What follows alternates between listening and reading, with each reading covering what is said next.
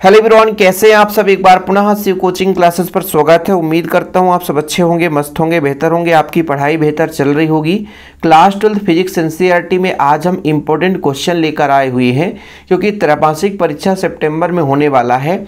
और जो बच्चे एमपी बोर्ड से हैं तो प्लीज़ यार इन प्रश्नों को आप ज़रूर तैयार कर लेना। हालाँकि ये जो क्वेश्चन है अभी त्रैमासिक के लिए भी, अर्धवार्षिक के लिए भी और वार्षिक यानी बोर्ड एग्जाम के लिए भी काफ़ी इंपॉर्टेंट है। जो बच्चे इस चैनल पे पहली बार आए हैं तो चैनल को सब्सक्राइब जरूर कर लेना, क्योंकि आपके लिए स्टडी मटेरियल हमेशा इस चैनल के माध्यम से प्रोवाइड किया जाता है। अब जैसे बच्चों, बहुत सारे बच्चों का डिमांड रहता है कि सर आपने क्वेश्चन तो दे दिया, इसका सोल्यूशन कहाँ पाएंगे। तो हमेशा कहता हूँ बच्चों की एक छोटा सा अमाउंट लगता है यदि आप शिव कोचिंग क्लासेस का नोट्स लेंगे। और पर्सनल नंबर में हमेशा शेयर करता हूँ कि 9685299149 9685299149। जिन बच्चों ने अभी तक नोट्स नहीं लिया है तो नोट्स ज़रूर ले लें। मात्र 100 रुपीज़ चार्ज है बच्चों। कॉन्टैक्ट नंबर मैंने दे ही दिया है। आज मैं यहाँ पे अध्याय 1 से 6 तक सभी महत्वपूर्ण क्वेश्चन प्रोवाइड करूँगा, क्योंकि मेरा जो चैप्टर 6 है वो चल रहा है, एग्जाम के पहले पहले हो जाएगा। और अध्याय जो 7 है बच्चों, यानी चैप्टर 7 है, उसके क्वेश्चन मैं लास्ट में प्रोवाइड कर दूंगा।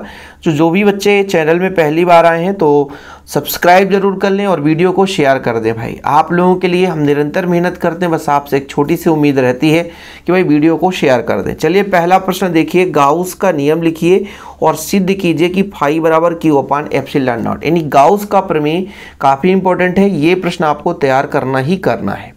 गाउस के प्रमेय से कूलाम के नियम की व्युत्पत्ति बच्चों। गाउस के नियम से कूलाम का नियम, एक समान आवेशित पतले गोलीय खोल के कारण विद्युत क्षेत्र की तीव्रता, ये गाउस के नियम का अनुप्रयोग है। ठीक है, आगे देखिए, अनंत लंबाई के चालक तार के कारण विद्युत क्षेत्र की तीव्रता। अब यहाँ पर बच्चों चालक तार के कारण विद्युत क्षेत्र की तीव्रता आपको चाहे नहीं पढ़ेंगे तो भी चल जाएगा, क्योंकि यहाँ पे सबसे ज़्यादा जो क्वेश्चन पूछा जाता है ये एक समान आवेशित पतले गोली खोल के कारण।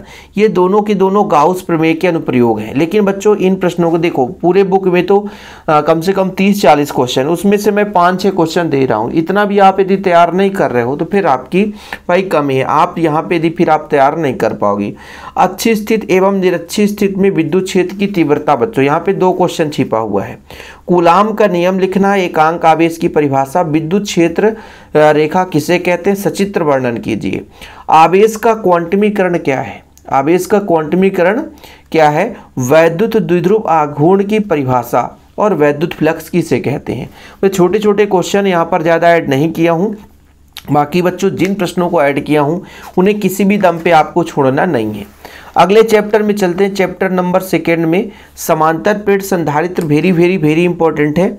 आवेशों के पुनर्वितरण में ऊर्जा हानि का व्यंजक, आंशिक रूप से परावैद्युत माध्यम की उपस्थिति में समांतर प्लेट संधारित्र की धारिता का व्यंजक, अच्छी स्थिति एवं निरक्षी स्थिति में वैद्युत विभव की गणना, गोलीय चालक की धारिता, संधारित्रों का समांतर एवं श्रेणी क्रम संयोजन, समविभव पृष्ठ किसे कहते हैं, गुण, विद्युत क्षेत्र विभवांतर में संबंध, परावैद्युत किसे कहते हैं तथा इसके प्रकार।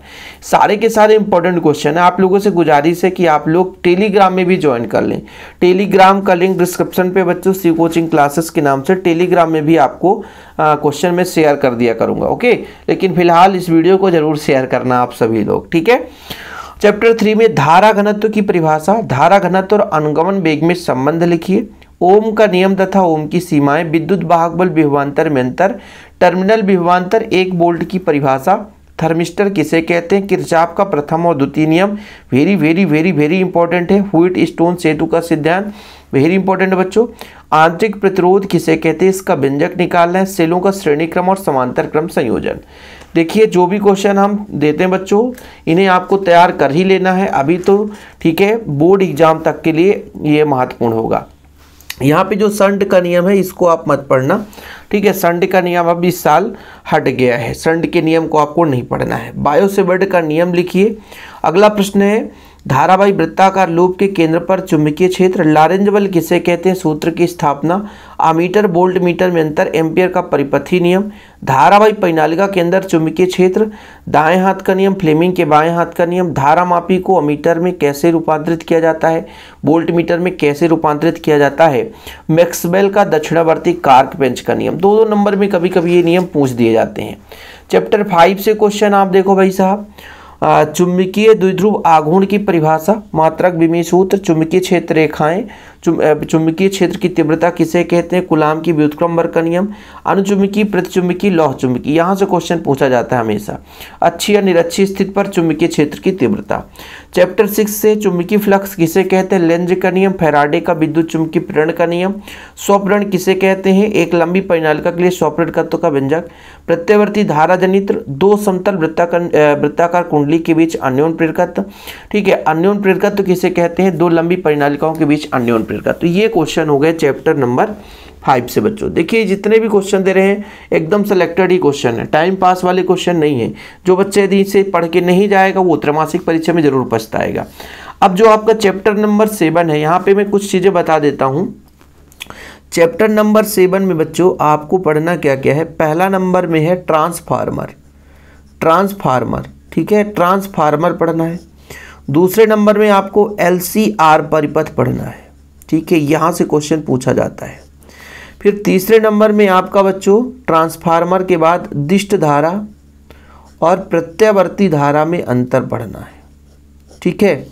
और जब मान लीजिए यहाँ पे LCR में जब मान लीजिए केवल प्रेरक कुंडली जुड़ा हो तब उसका व्यंजक क्या होता है, ठीक है। बाकी इनके तो बहुत सारे व्यंजक है बच्चों, LC है, LR है, CR है, ये सारे के सारे थ्योरम हैं। जो बच्चे इन्हें तैयार कर लेंगे तभी ये सब चीज़ हो पाएगा।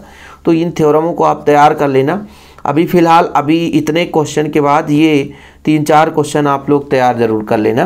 बाकी जैसे ही हो सकता है तो चैप्टर ख़त्म हो जाए, ये चैप्टर 6 तो चैप्टर 7 भी स्टार्ट हो जाएगा। और जल्दी कोशिश करूँगा कि आप लोगों का सिलेबस ख़त्म हो जाए, त्रैमासिक के पहले त्रैमासिक का कोर्स कंप्लीट होना चाहिए।